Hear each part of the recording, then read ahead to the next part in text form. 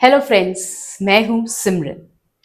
आपकी जनरेशन जैसी मैं भी एक मदर हूं। एक ऐसी मदर जो कोशिश कर रही है कि इस सोशल मीडिया के जमाने में अपने बच्चे को बेसिक वैल्यूज, उसकी इंपॉर्टेंस, रीडिंग लिसनिंग की इंपॉर्टेंस सिखाने की। तो जब मैं ये सोच रही थी कि मैं अपने बच्चे को कैसे इन सब चीजों से दूर रखूं, तो मुझे याद आया अपना बचपन। हम अपनी नानी के घर जाते थे गर्मियों की छुट्टियों में, और उस छुट्टियों में नानी के घर जाने का सबसे बड़ा क्रेज होता था नानी माँ की कहानियां। जी हाँ दोस्तों, ये वही कहानियां होती थी जो हम कभी कभी तारों की छांव के नीचे चारपाई पर लेटकर अपनी नानी को गले लगाकर नानी माँ से सुनते थे। वो कहानियां हमें कुछ ना कुछ जरूर सिखाती थी।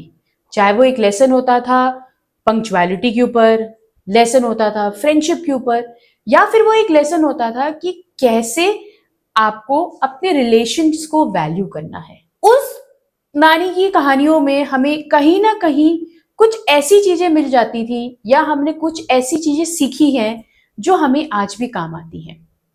जैसे ये नानी की कहानियां ही तो थी जो सबको जोड़कर रखती थी। सारे बच्चे इकट्ठे होकर नानी माँ की कहानियां सुनते थे, सब पास में बैठते थे, बहुत देर तक सुनते थे।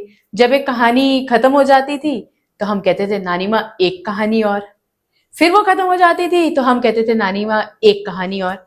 ऐसे करते करते करते नानी माँ की कहानियों की सीरीज चलती ही रहती थी, और हम कुछ टाइम बाद उन मीठी मीठी कहानियों को सुनते सुनते सो जाते थे। लेकिन आज हम क्या कर रहे हैं? आज हम अपने बच्चों को ये कहानियां तो सुना रहे हैं, लेकिन एक डिजिटल मीडिया के थ्रू। या तो हम उनको यूट्यूब में ये कहानियां लगा देते हैं, या हम उनको कहानियां जो है अपनी टीवी पे लगा देते हैं। अब सोशल मीडिया पे कहानी सुनना और नानी माँ से कहानी सुनना में बहुत फर्क है। तो दोस्तों आइए हम अपने इस अल्फा जनरेशन को थोड़ा चेंज करें, उनमें थोड़ी लिसनिंग पावर डालें, उनमें एक्नॉलेजिंग द न्यू वर्ड्स की पावर डालें। और ये तभी हो सकता है जब हम उसको नानी माँ की कहानियां सुनाएं। मैंने अपनी सारी कहानियों को नाम नानी माँ की कहानियां दे दिया है।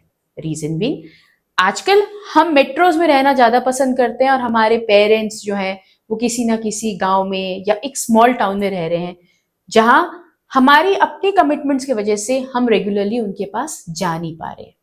इसीलिए हम जो है एज मदर्स कम नानी माँ बनकर अपने बच्चे को ये कहानी सुना सकते। इसके लिए हमें अपनी पूरी दिनचर्या में से 20-25 मिनट निकालने हैं। अपने बच्चे को अपने पास बुलाना है, उसको गले लगाना है, अपनी गोदी में बिठाना है, या उसको अपने साथ लिटाना है। उसके बाद हमने उसको सुनानी है एक कहानी। अब जाहिर सी बात है, मदर को कहानी सुनानी है, तो मैं ये भी सोच रही हूँ कि ये कहानियां कहाँ से आए। मैंने बहुत सारी किताबें पढ़ ली कहानी सुनाने से पहले। मेरे पास पंचतंत्र है, मेरे पास मामा जी की कहानियां हैं, मेरे पास बहुत सारी बेड टाइम स्टोरीज हैं, जिनको मैं अपने बच्चे को सुनाने से पहले एक बार पढ़ लेती हूँ।